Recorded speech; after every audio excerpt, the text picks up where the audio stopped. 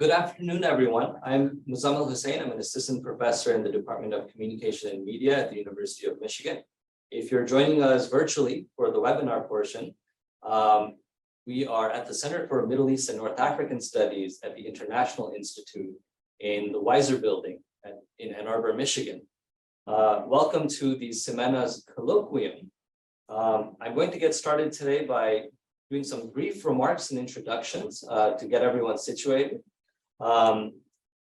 The Center for Middle East and North African Studies hosts the study of the region here at the University of Michigan today, but the field of study has been active at the University of Michigan since the late 1800s, 1889. The center was conceived in 1961, and we recently celebrated our 60th anniversary. And we are also a U.S. Department of Education granted National Resource Center. So it imbues us with also a mission to the public, in addition to supporting and promoting academic research and study of the region from cultural, political, social, developmental, and many other disciplinary approaches. This colloquium is both an academic project. We have a course, and students from across the undergraduate and graduate student body enrolled from many disciplines physically here in this classroom who are partaking in the course and listening to these lectures. We also have a global public signing on for these 7 days of programming that we do every fall semester. This semester's theme is higher education and reformation across the Middle East and North Africa, a geopolitical exploration. We have academic experts from many countries and many institutions from around the world coming in. It's an honor and privilege for me to introduce 2 presentations and 3 presenters for today's session, which focuses on higher education in the context of authoritarianism and neoliberalization in different state and social contexts in the Middle East. We are very appreciative of several co-sponsors for today's gathering: the Weiser Center for Emerging Democracies, the African Studies Center, the Department of Anthropology, the School of Education, and the Center for the Study of Higher Education and Post-Secondary Education are all co-sponsors for today's meeting. So there's a lot of interest. There's a great deal of public interest, and we're grateful for all of your time and curiosity about what our presenters have to share with us. Our first presentation will be by Muez Ali at the University College London, who is a doctoral researcher at the UCL Energy Institute, and Dr. Laura Mann, assistant professor in the London School of Economics and Political Science in the International Development Department. After this presentation, the title of their presentation is The Long-Term Consequences of the Commercialization and Politicization of Higher Education on Employment and Politics in Sudan. The second presentation will be by Dr. Saeid Golkar at the University of Tennessee at Chattanooga, who is an assistant professor in the Department of Political Science. He's also a non-resident senior fellow at the Middle East Policy at the Chicago Council on Global Affairs, and also the Tony Blair Institute for Global Change in the United Kingdom. Dr. Golkar's presentation will be on higher education in authoritarian context, Iran as a case study. Our format for these sessions are fairly standard. We will hear from both presentations for 20 to 30 minutes each. Then we will pivot to question and answer period, both from the classroom as well as our public audience. I'll be moderating questions coming in from online. After that, we'll take a brief 5-minute break, and we will reconvene with a closed-door session with our students to engage further with our guest scholars and researchers here today for a final 20 to 30-minute session. So that concludes my work for the day, at least for the important introductions. Without further ado, Dr. Mann and Muez Ali, the floor is yours. Please feel free to share your slides, and we'll get started with you. Thank you. Thank you very much. I'm going to share the slides. Can everybody see them? Yeah. Okay, so thank you very, very much for this opportunity to speak about my PhD research, which is now quite some time ago.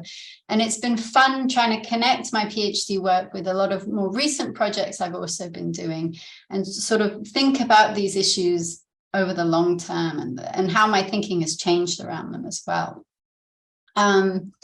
This is the outline for my talk. I'm first going to talk about the multiple roles of higher education and science in development and talk about some of the inherent tensions that exist within higher education policymaking within the broader context of development and social cohesion. Then I'm going to talk about neoliberal reforms to higher education and specifically in the case of Sudan, how neoliberalism was politicized and had a kind of domestic content. And then I'm going to talk about kind of the multiple and connecting consequences of neoliberal reform processes before ending with some conclusions. So this project draws on several different research projects and sources of data that I've collected over time.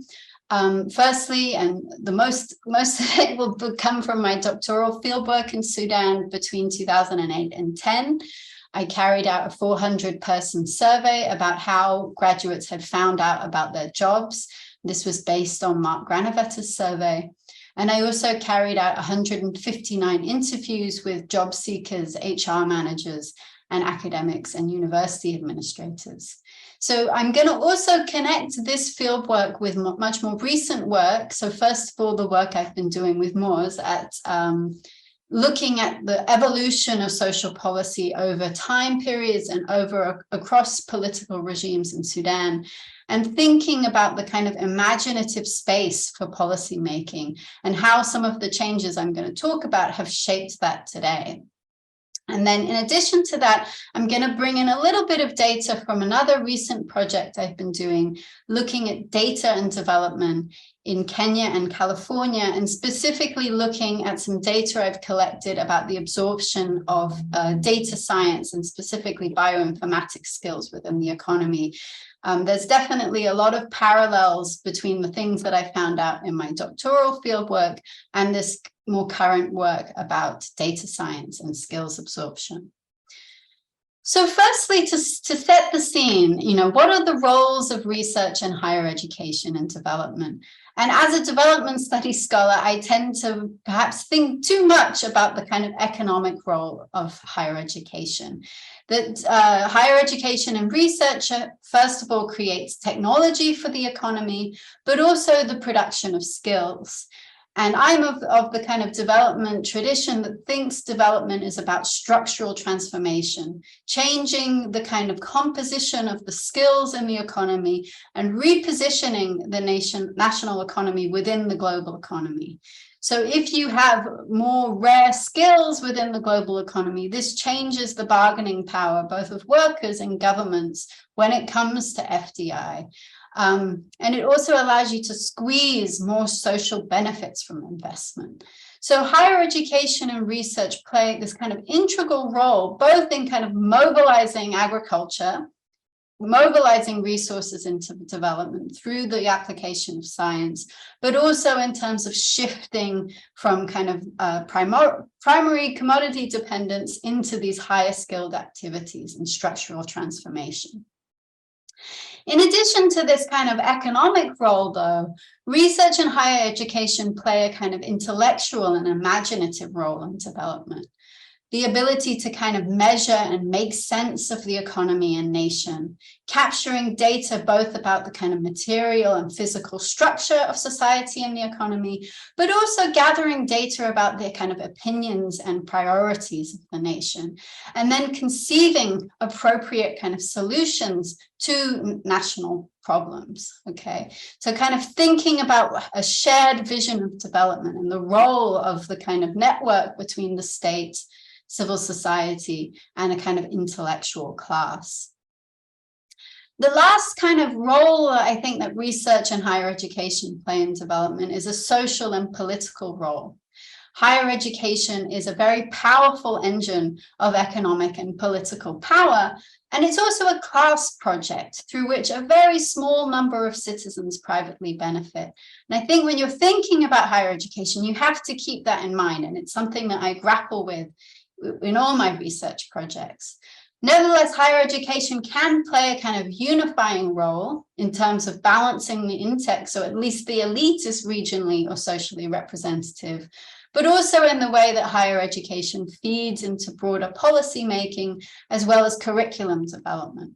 And it therefore can play this kind of wider role in the production of a national culture and social cohesion. Oops. So as I said, there's this tension between the public and private within higher education. While higher education generates all of these public economic benefits and social benefit, it also benefits private individuals who do not always appreciate the role that that public investment has played in their success, both in terms of individuals, but also private firms who are benefiting from publicly financed science. And recycling the benefits of higher education over time requires taxation and reinvestment, but it also involves some degree of kind of what I would call embedded autonomy over research engenders to ensure that universities are responding and serving public needs.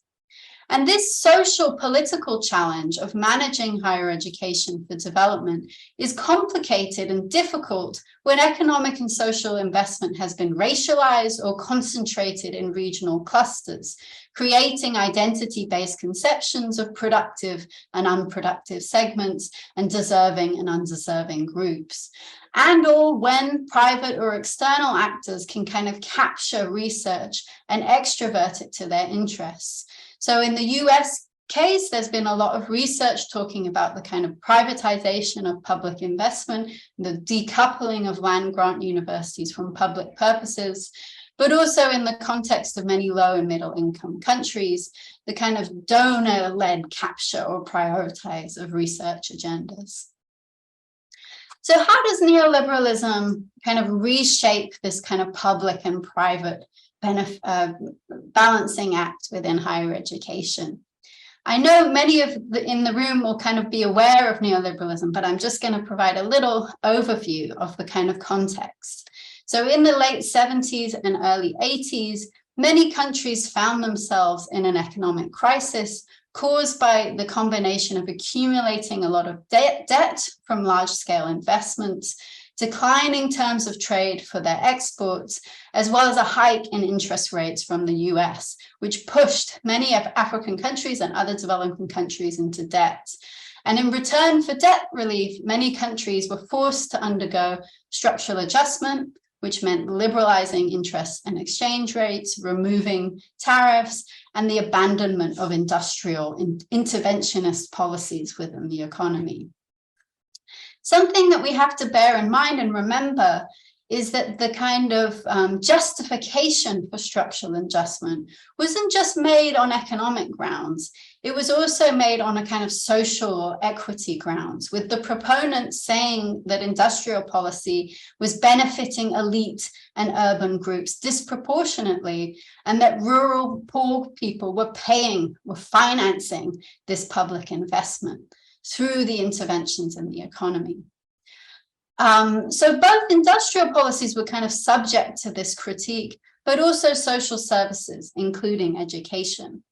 And specifically when it came to higher education, in the World Bank, there was this Greek economist whose last name is very difficult, but he had these rate of return studies or return to investment studies, where he made the case that the highest benefit for society within developing countries was investments in primary, secondary education.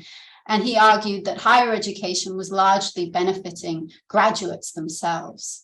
So these ideas became increasingly influential, particularly in that context of debt, the debt crisis. And in 1986, there was a famous conference within African countries where the World Bank basically recommends to close African universities and train people outside to focus its resources on primary and secondary education. And that's where its funding shifted. What happened instead is that many universities underwent commercialization and privatization. So shifting the cost of education away from the public onto students and families. And so now universities have this incentive to increase their students, to market new courses, and also to shift away from expensive research activities or laboratory work in the sciences towards sort of cheaper options and cheaper teaching as well. In Sudan, this kind of broader context also had a kind of domestic context. It was politically and ideologically motivated with the rise of the Ingas regime in 1989. And so this new regime saw the University of Khartoum, which was the oldest university in Sudan, as the place where the elite reproduced its power and where political troubles came out of as well. It also viewed state-led development as controlled by sectarian parties and their networks, and sort of saw state development through a kind of neoliberal, but also a religious lens that saw it as morally corrupt and linked to colonialism. So while the Ingas regime was an Islamist political project, it was also a neoliberal one, and their beliefs and political interests converged. And they sought to dislodge sectarian control over the economy and society through liberalization, including within education. So in the 1990s, at the very start, they launched an education revolution, which both expanded and commercialized the sector. So this chart here, this table, and I'm sure the writing is very small in the room, but the yellow are the new universities that were established starting in 1990. Before 1989, there were only 4 public universities, and the 2 in the 70s that were established as part of regional peace agreements. So we can see this massive expansion across the country, often through converting technical or prestigious high schools into universities.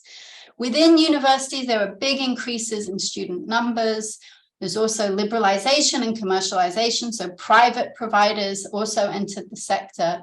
And there's this pressure to develop market-friendly programs, switch from academic to professional programs, the shift from laboratory to non-laboratory work, and the critique of international institutions to these international training programs.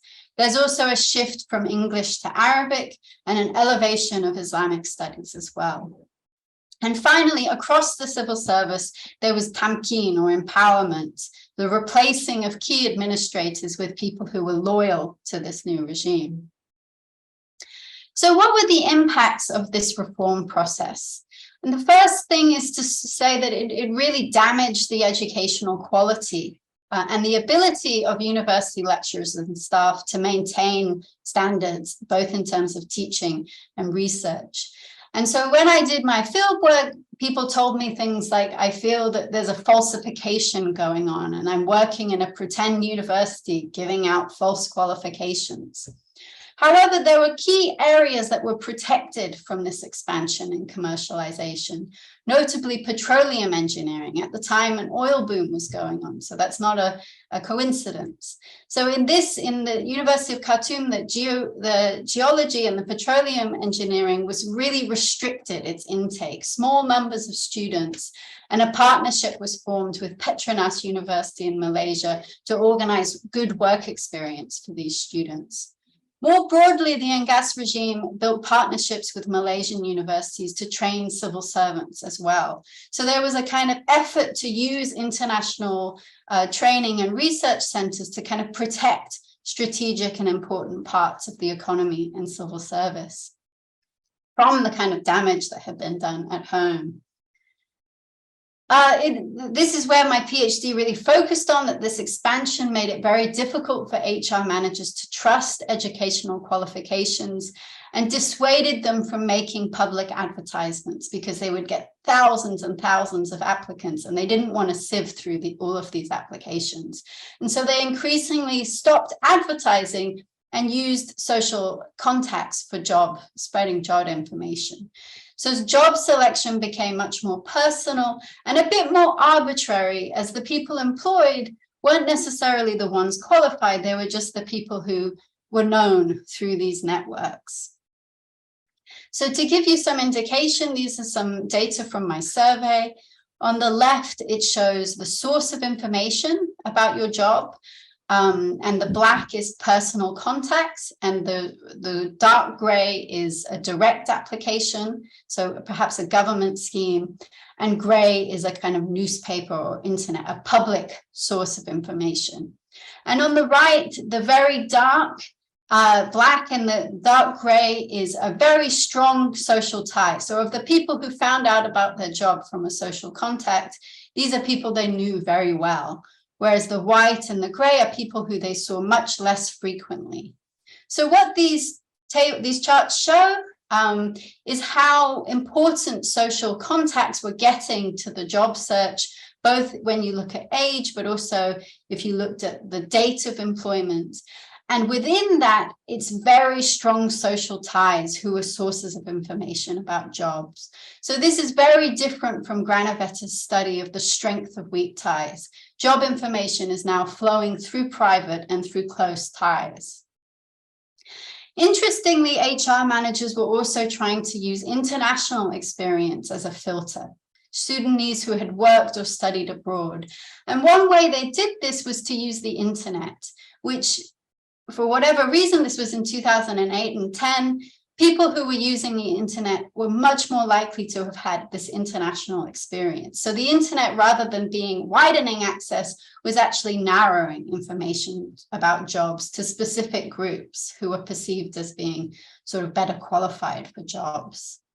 If we look at the graduates who are from marginal areas in Sudan, we can see that they rely on direct application, on newspaper and internet public information, as well as on weaker ties. So there's evidence that these structural changes in job information are particularly disadvantaging people from marginal backgrounds within the country.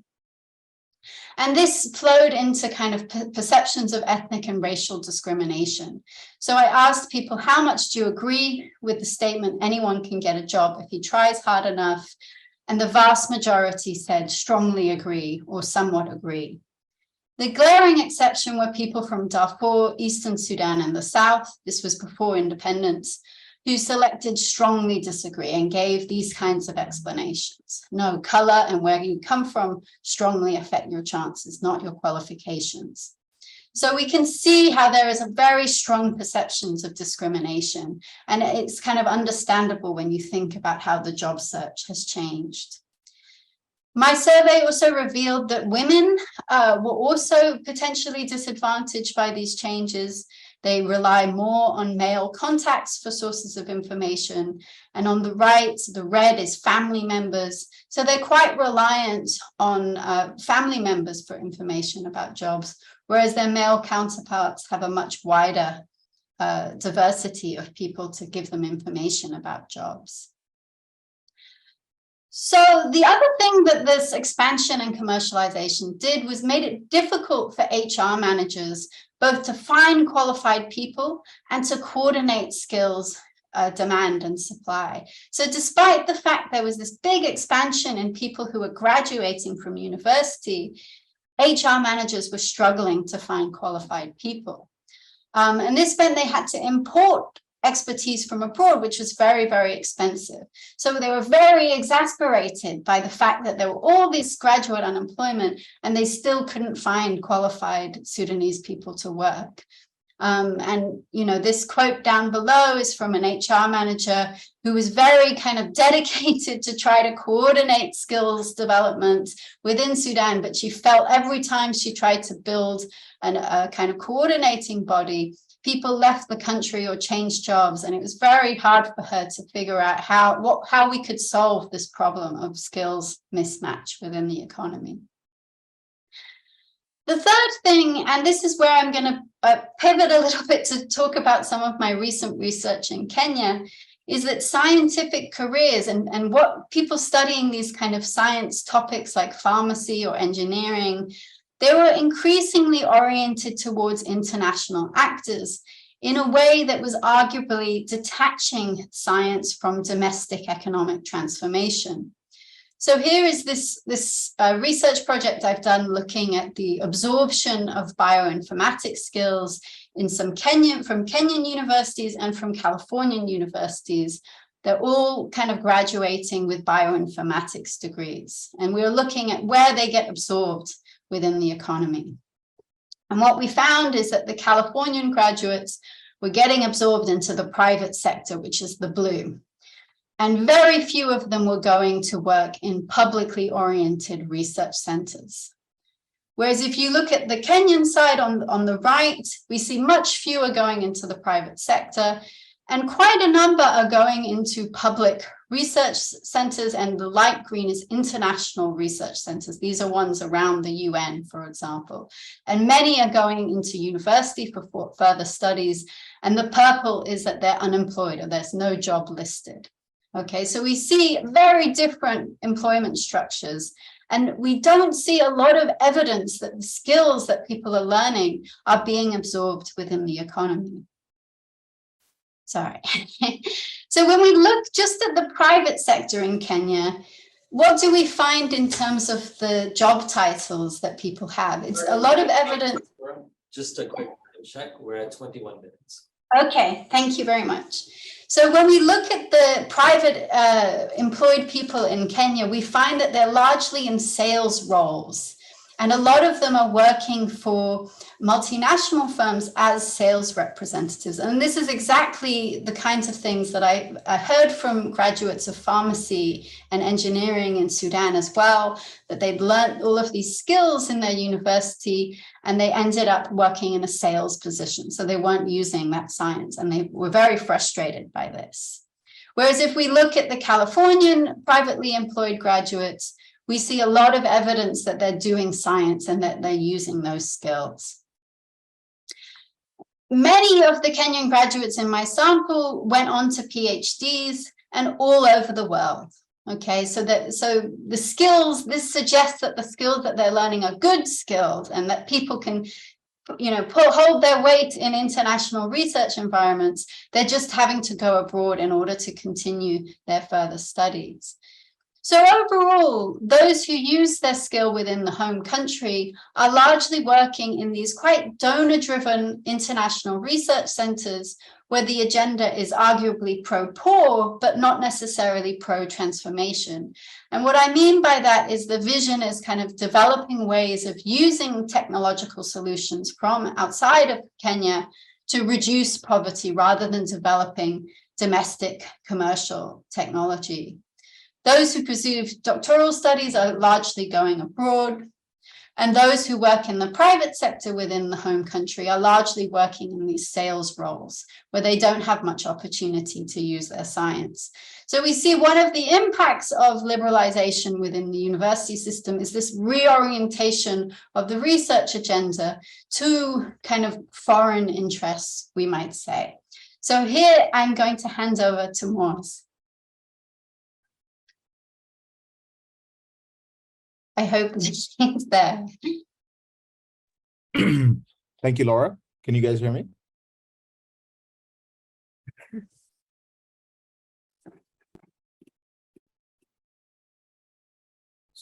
Can you hear me? Yes, we can hear you. Okay. So one long-term impact of the education reform in Sudan that me and Laura kind of eventually stumbled on, we weren't necessarily looking for it, is this sort of intellectual convergence that happened within the public policy and social policy sphere. Laura, can you go to the next slide, please? So in the post-independence era that Laura mentioned, where there was a lot of public expenditure on health and education, which created some sort of professional network centered around Khartoum. There were a lot of Sudanese professionals and intellectuals who were trained, within the education system, and one of the positive examples that came out of that is one of the arguments, is the Sudanese counter argument that was put forward against IMF policies that were proposed for Sudan in 1977. And this was a relative success. So what they managed to do was kind of convince the Sudanese government, or at least the parliament at the time, that these reforms are not necessarily suitable for Sudan. But then eventually the next year, the president at the time, Nimeri, kind of put his foot down and forced the reforms anyway.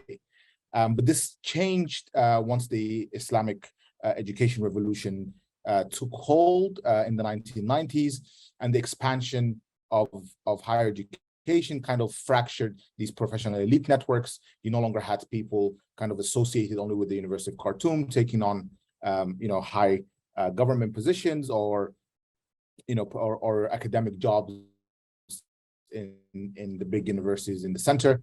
And this was part of the regime's kind of plan to kind of dismantle this intellectual network and implement its own neoliberal outlook on how to kind of control the economy through market-led interventions in the public sector. And so what this one of the consequences of this is that a lot of the intellectuals who not only found themselves out of jobs because of the entrenchment of people who were who showed allegiance to the regime, but they also couldn't.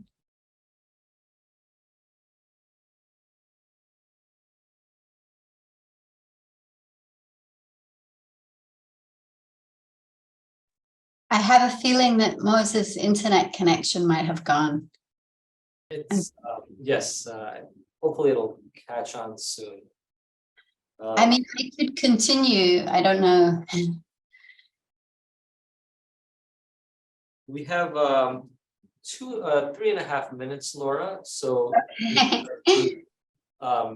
So I guess the main thing that we wanted to put forward in this part of the presentation is that one of the consequences of this kind of restructuring of universities and research is that many of the sort of intellectuals and the researchers who had been in opposition to the government found their homes in international institutions like the UN and the World Bank and international NGOs. And they tended to also have quite a market-led outlook on social and economic policy. And so one of the things that we were tracing is the fact that throughout different periods in Sudan, when it comes to social policy, there was a huge amount of continuity between regimes and also between the Sudanese government and donors. And one of those policies is cash transfer programs, which is a very kind of market-led program where you're basically giving people cash instead of investing in public services. And this is just a policy that kind of gets redone by different groups over time. And so it's not really seeking to remedy regional inequality in service provision, because it's simply providing people with cash to purchase public services, whichever are available locally. It doesn't even vary amounts across regions, despite the fact that the costs are very different across regions.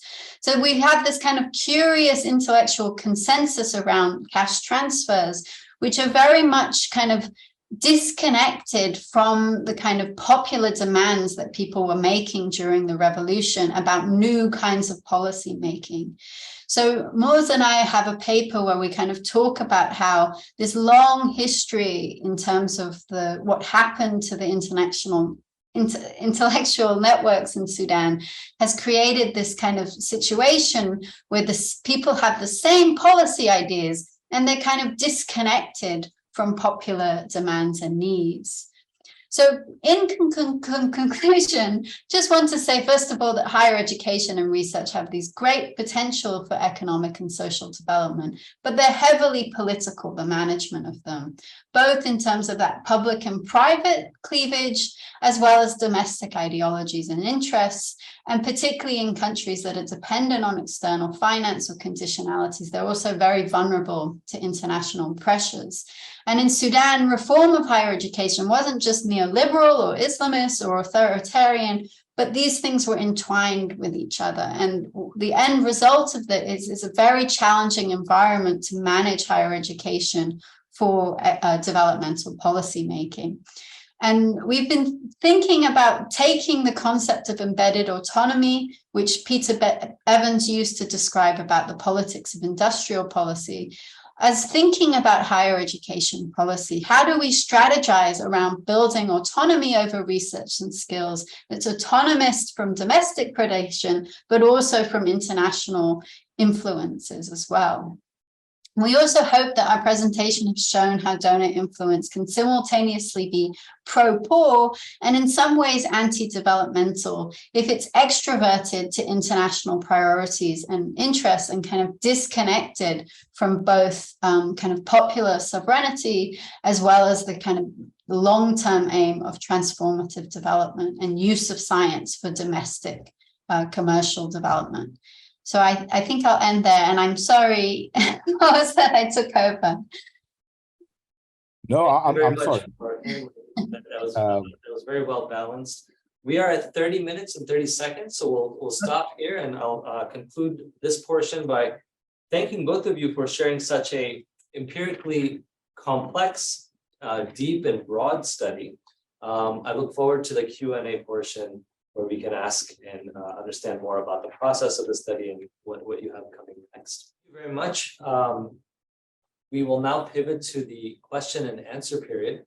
For those of you signing on online through the webinar format, please make use of the chat tool on Zoom and type in your questions.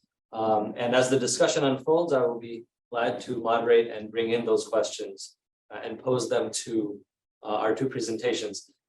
Please specify which speakers you'd like me to direct the questions to, or if not, I'll default and address it to all of them. So for Q&A, we can really source both from our classroom and from online. So what questions do we have? Let's get going. Yes. I do have a question to Professor Saeid. I don't know if I pronounced the name right. It's about the protestations or demonstrations among students, among Iranian university students. Like, how has their methods of protesting against or certain like regime or against certain inequality in society changed after the country or government changed their attitudes towards higher education? How has the students react to that? Okay.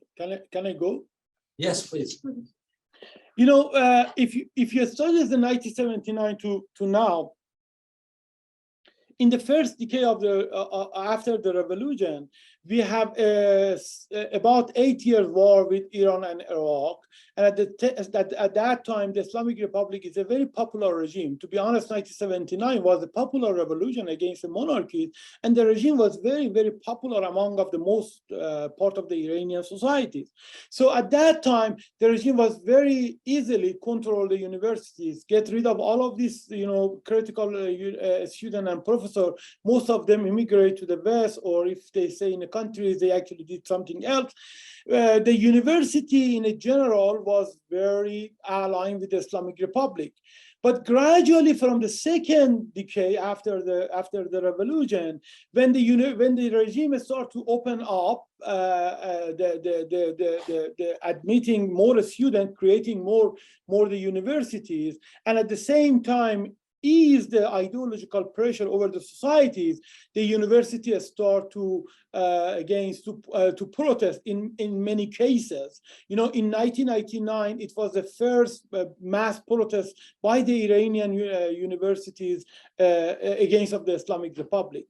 At the beginning, the protests are usually against of one policy or one political group, or one specific. The Iranian protested against, for example, privatization of the higher education in 2003.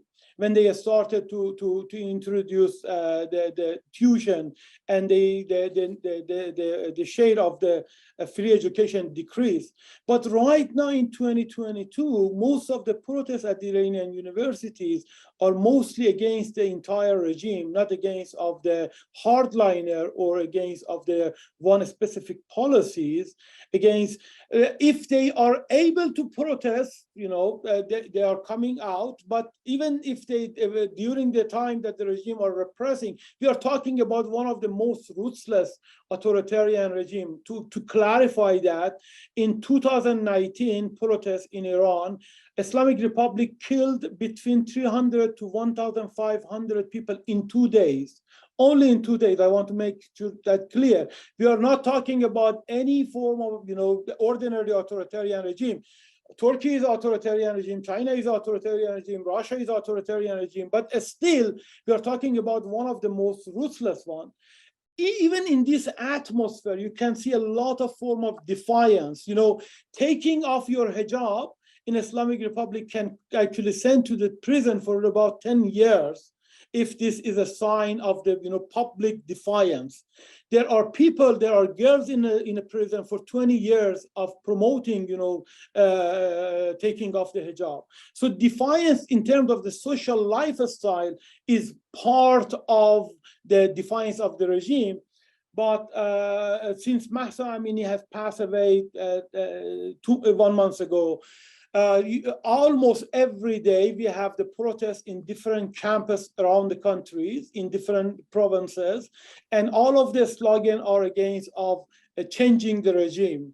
They are asking for a more representative, liberal, democratic form of the regime.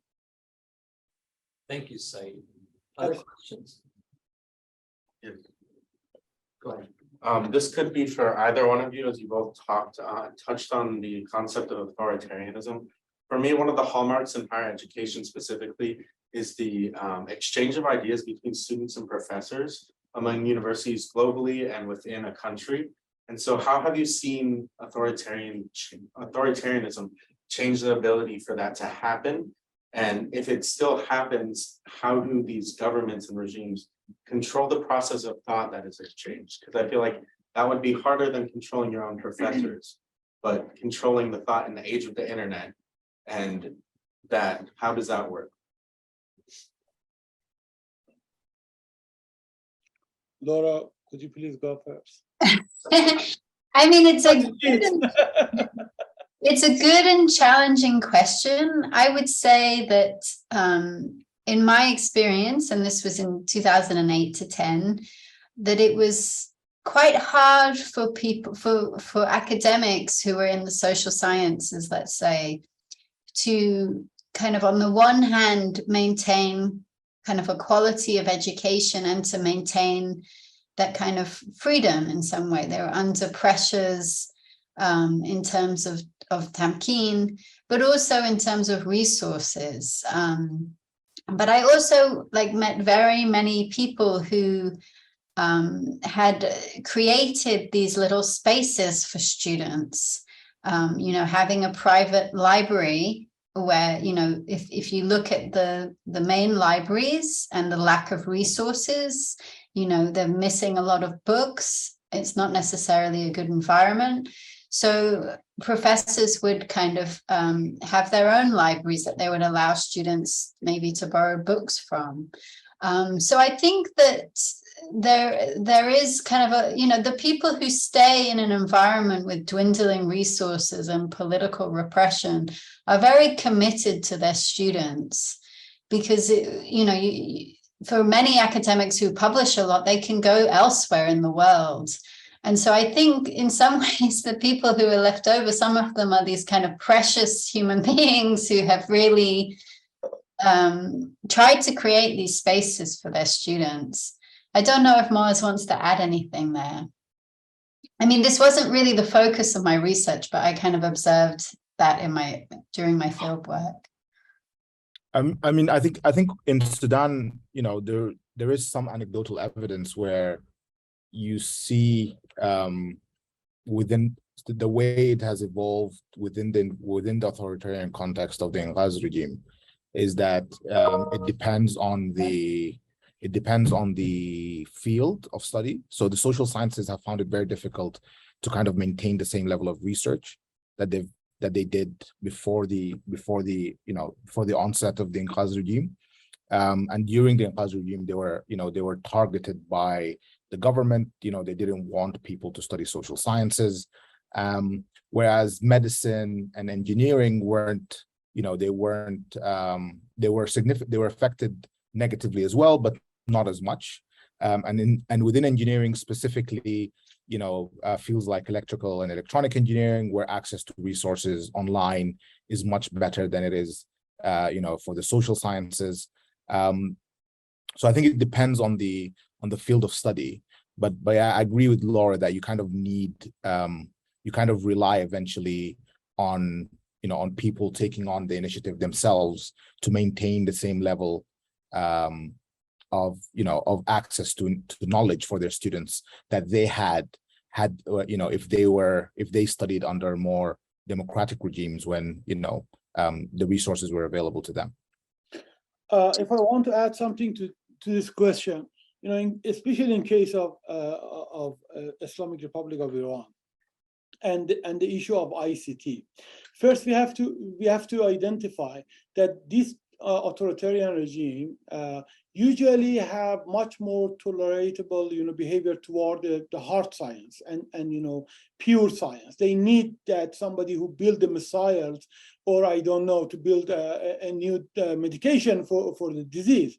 The issue is about humanities and social science that became very critical. And especially when we talk about exchange of idea, we are talking about these more, measures. The ICT is very helpful in this regard. When I was doing my PhD at that time, I was looking for a book from the leftists, from Leo Trotsky, and I tried to find it in the University of Tehran as the biggest universities, the biggest libraries, and I found the book, and I realized that, in front of the book said the red, building. And I was, I was there about 20 years. I never, ever heard about the red building. And then when I asked the librarian, they told me that the red building is a place that they're keeping all of these, unsuitable book for the student. If you need it, you have to bring a letter from, your dissertation thesis that you need this book, specifically write about the title of the book, and you need it. And I did that, and I got it. But right now, you can just search it, and you can find it very easily. So that's very helpful. But unfortunately, there are two problems here. First, the authoritarian regime try to control the social media and internet. There are a massive battle ongoing. All of the authoritarian regime, they try to filter and censor the information. You cannot get the information you need it. The China has created the massive internal net that is completely isolated from the internet, is the intranet. The Iranians are doing the same. So if you want to search anything inside of the country, is available, but from the outside it became very, very difficult. You have to get the proxy or some apps to do that. That's the first one. The second one is the ICT actually make it much easier for authoritarian regime to identify and the active people who are looking for the information. Just search something and they will identify who you are. It's much easier to do that. So the ICT help a lot. People can actually access to the much more modern textbook. You just use the internet. But the ICT, I call it, is like a Janus, the old Greek god with the two faces, with the good face and the bad face at the same time help you, but simultaneously is a repressive tools in the hand of the dictatorship. Thank you for reflecting on that question. Other questions? Back there. I have a question for Dr. Golkar. Sorry to get something that we can't. You mentioned that the regime did have more tolerance towards professors of the hard sciences, the physical sciences. and engineering. So would you say that that encouraged students themselves to pursue these fields? Like, was it a motivating factor for them? The fact that they had, like, I guess, maybe not so much more freedom, but just less chance of being repressed ideologically. Could you please say it loud? Unfortunately, I didn't. And correct me if I phrase it off. So I believe the question is, since there was more tolerance for STEM higher education fields, was there an inherent motivation for students to pursue STEM fields to avoid the coercion facing social and humanities? That's completely rational, and they are very popular subject, medicine, STEM in general. But there was one problem. When the Islamic Republic came to the power in 1979, they promoted the population policy at that time was promoting and pushing Iranian to have much more kids. The population increased from 35 to 70 million in less than one decade. When you have these policies, now you create one problem. These people who are coming to becoming, the youth, they need a higher education. If you want to invest in the STEM science, it's very expensive. You have to buy the laboratory, you have to, train a lot of professors. But in a social science humanities, you don't need this kind of the problem. You just need a class, and especially if you put one of the ideological person, the pro-regime, you can, have a major in social science or in humanities. And that's why they did that. There are 2 million of the Iranian universities, students at the universities are studying in social science and humanities. And that was when Ayatollah Khamenei said, these science are based on the Western materialistic and animalistic, desire, and they are not representative of the Islamic education. They realize, they are always short-sighted. There is one problem: the number of the youth in the country is increasing. What we have to do, let's create the universities so they can go and get education. And then what major we can create the education, social science, humanities, because it's much cheaper for them.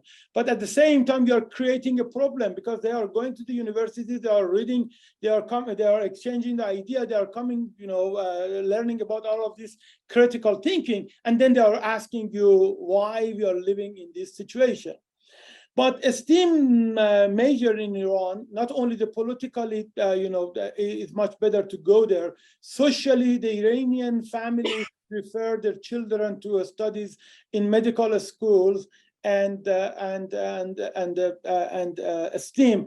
My father actually made me go to the medical school. After 4 years, I realized I faint when I see the blood. And it was a very poor choice for me to do that. So I moved to the political science. My father never, forget me for that one, that mistake. Do we have a question for Laura and Muez in their project? Go ahead. I guess this is like a little bit more broad, but I think that, the quote unquote Western conception of higher education is like higher education is this thing that opens these doors for you. So I guess you have to go to like a higher education program to be able to get the job that you want to be successful in the world. And so I guess kind of thinking about this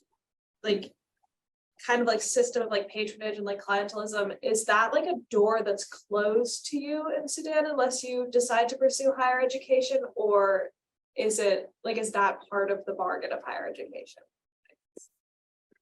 Can I just clarify, is the question whether higher education is a requirement for a job? Is that what you're Yes, and also for accessing those personal networks that would get you the jobs you were researching? Yeah, I mean, one of the things that I sort of discussed in my PhD was this idea that there had been a hyperinflation of qualifications, that all of these people were investing a lot of money in order to get qualifications. But in the labor market, managers were kind of bombarded with applications. You know, every time you advertise a position, you get literally thousands of applications, and people are so desperate that large quantities of them are not qualified for the job in any way. And I think that in specific, just to connect with this, the last question about STEM, there are also kind of confounding things going on that for IT engineers in Sudan, you know, to be an IT engineer, you need certificates from Cisco and other American companies. And so because of sanctions, Sudanese graduates of IT would have to travel abroad in order to get certified. If you were in the medical sciences, getting an internship once you graduate is very difficult to find an internship, and there are long waiting lists. And then there was this whole migratory pattern of Sudanese graduates going and working in the Gulf, making money, maybe starting their own clinics in Sudan, migrating to Europe. And a lot of those migration channels have also shut down. So I don't know, like maybe getting a university degree is a kind of base requirement for lots of jobs, but it's not enough, because the kind of the value of the qualifications has also been degraded. And so if they didn't go through social networks, employers would have tests where they would personally design some kind of entrance test, and there were private companies that were doing this as well, where they would submit loads and loads of graduates to these tests and then use that as a filter instead of qualifications. So, you know, in my PhD, I talk about how, and I think it's similar in Iran, that higher education was a way of kind of broadening the regime's contact with more and more constituents. And higher education isn't just economics, it's also social, and what people were being taught and how they were being kind of brought into contact with the regime was through higher education. But it's a dangerous strategy when you're simultaneously kind of building people's expectations about employment. And when they graduate, they are coming into this labor market that's pretty hostile to them unless they are socially connected. And particularly when we think about those candidates from minority backgrounds, you know, your whole family pays for you to go to university. Big sacrifices were made, maybe from your siblings, and you graduate and you can't get a job. And your perception is that this is not fair. You know, this is racism. And so, you know, I think that this is also contributing to all sorts of regional resentment in Sudan too, in terms of fracturing the nation as well. So, you know, it's kind of broadening political networks and building relationships with constituents, but it's also alienating a lot of people, you know, and creating a lot of resentment, I think. I want actually to add to the Laura in case of Iran. You know, they actually, if you follow the protest that is ongoing in Iran, there are a lot of resentment and grievances, and you know, people from different aspects of the society. Some of them have the ecological grievances about the air pollution. Some of them are talking about the social restriction, political repression. But one of the most important grievances is economic grievances. The unemployment among of the youth is very, very high. 65% of the Iranians with the PhD cannot get a job in social science humanities. They have to leave. Iran has the highest, one of the highest rate of the brain drain. You know, people, especially when they get the PhD or even from the MA, they just try to find, you know, a PhD or job outside of the countries. Islamic Republic is not able to provide the job opportunity for these people. If you can live, that's great. If you cannot, and you cannot get a job, and you spend 12 years in the university, you just are angry. And that's why, you know, some of the people are coming just asking for a job, or just asking for, you know, the high inflation, different, not all. The problem in Iran, I want to make it clear, you know, in some of countries, there are economic grievances, like you cannot get a job after investing a lot of money and after spending a lot of year. But in Iran, you don't have this, and you have added to this problem the social restriction. You cannot go to the street without the hijab. You know, your personal relationship, going outside with your boyfriend or girlfriend, is a concern of the Islamic Republic. Not always they are coming after you, but according to the law, they can arrest you for any kind of the relationship. What you are eating, what you are wearing is also a concern of the Islamic Republic. You are accumulating all of these grievances. And then there are some times that are people just erupting. Thank you very much for this period of public question and answer session. We're going to conclude this portion and give our guests a much deserved 5-minute break to stretch, and then we'll reconvene with the closed door session. Thank you very much. We'll be shortly with you in 5 minutes.